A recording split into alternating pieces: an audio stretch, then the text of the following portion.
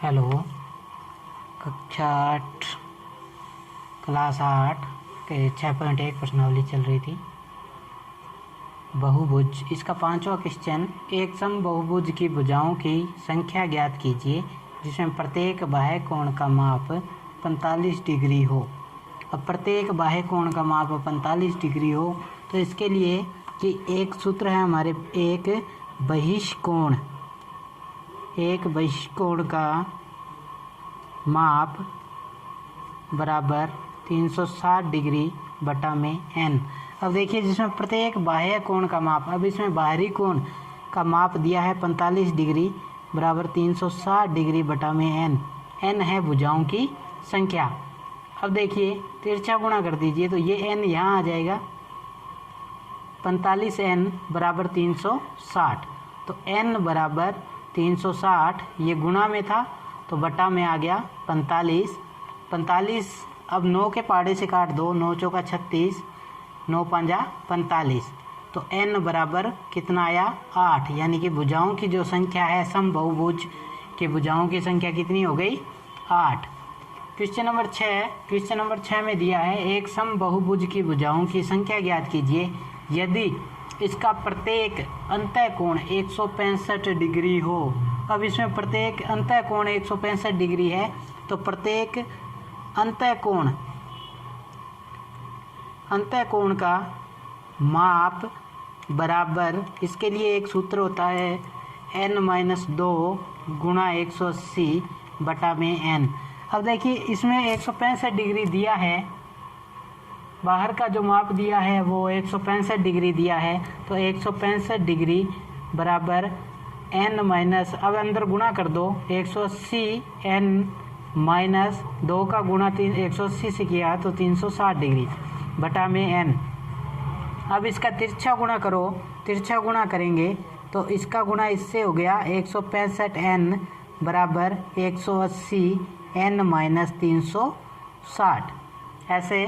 तो अब देखिए इससे आगे करेंगे, 165 n को इधर ले आएंगे और इसको इधर ले आएंगे तो 360 बराबर 180 n माइनस 165 n। तो 360 बराबर 180 में से 165 घटाएंगे तो ये आएगा 15 n। तो n का मान ज्ञात करना है तो 360 बटा में 15, 15 दूना 30, 15 चौके 60, तो n का मान कितना आया 24। ये आ गया n का मान, यानी कि सम बहुभुज की भुजाओं की संख्या 24 है जिसका प्रत्येक अंतःकोण 165 डिग्री है। 7 नंबर क्वेश्चन में आपको दिया है कि उस सम बहुभुज की भुजाओं की संख्या ज्ञात कीजिए जिसका प्रत्येक बाह्य कोण 24 डिग्री है। अब हमने एक प्रश्न किया था शुरू में, एक बहिष्कोण का माप बराबर 360 डिग्री बटा में n। अब इसमें बाह्य कोण मान दिया है 24 बराबर 360 डिग्री बटा में n बटा में 1 लगाया, तिरछा गुणा कर दो, 24 n बराबर 360, n बराबर ये गुणा में आ जाएगा 360 बटा में, गुणा में है तो भाग में आ जाएगा।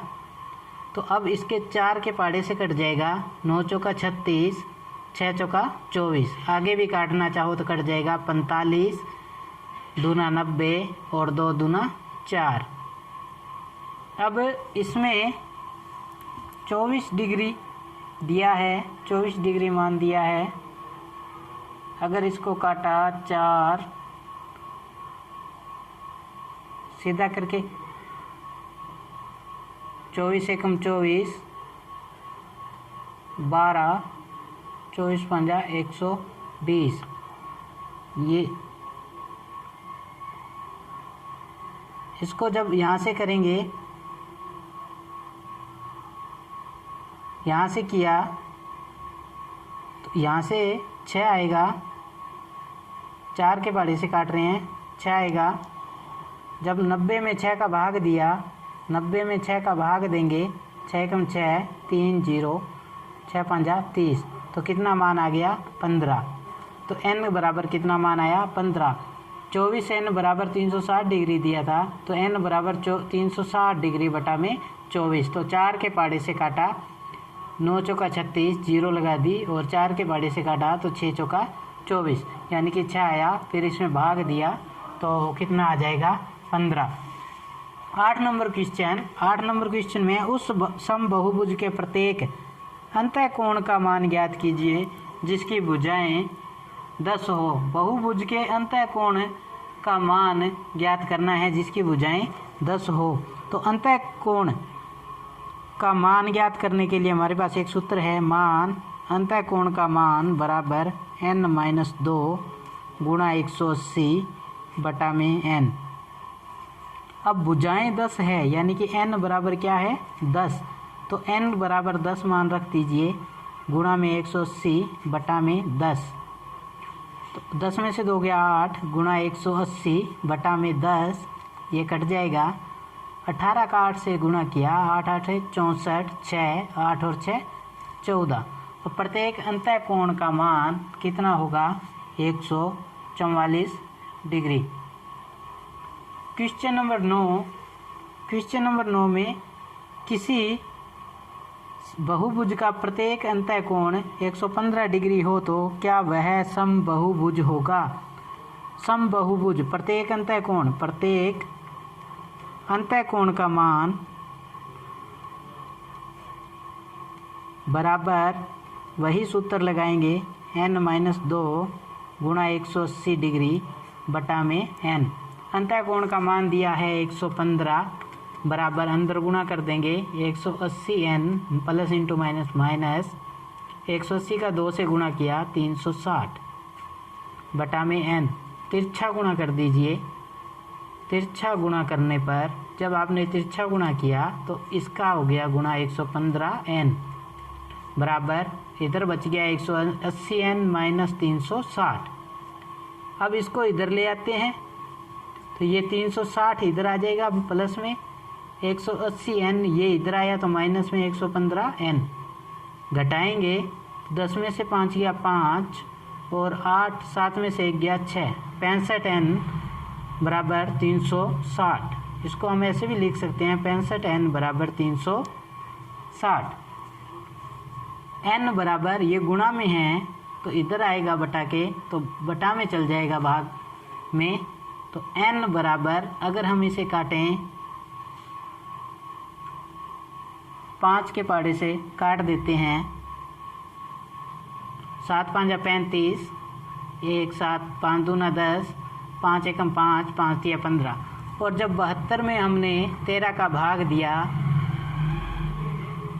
13 5 65, 12 में से 5 गया 7.0, 13 छिका 78 या 5, यानी क्या आ रहा है n का मान 5.5। अब ये दशमलव में मान आ रहा है, जबकि बहुभुज की जो भी भुजाएं होती है वो सब दशमलव में नहीं आती, जो प्राकृत संख्या। अब इसमें तो यह भुजाएं नहीं होगी, सीधा होता है कि 5 भुजाएं हैं 10 भुजाएं हैं। अब 5.5 भुजा है, उसका क्या कोई मतलब नहीं रहता, तो यह समबहुभुज नहीं होगा। तो समबहुभुज नहीं होगा। ऐसे हम ये क्वेश्चन कर सकते हैं। धन्यवाद।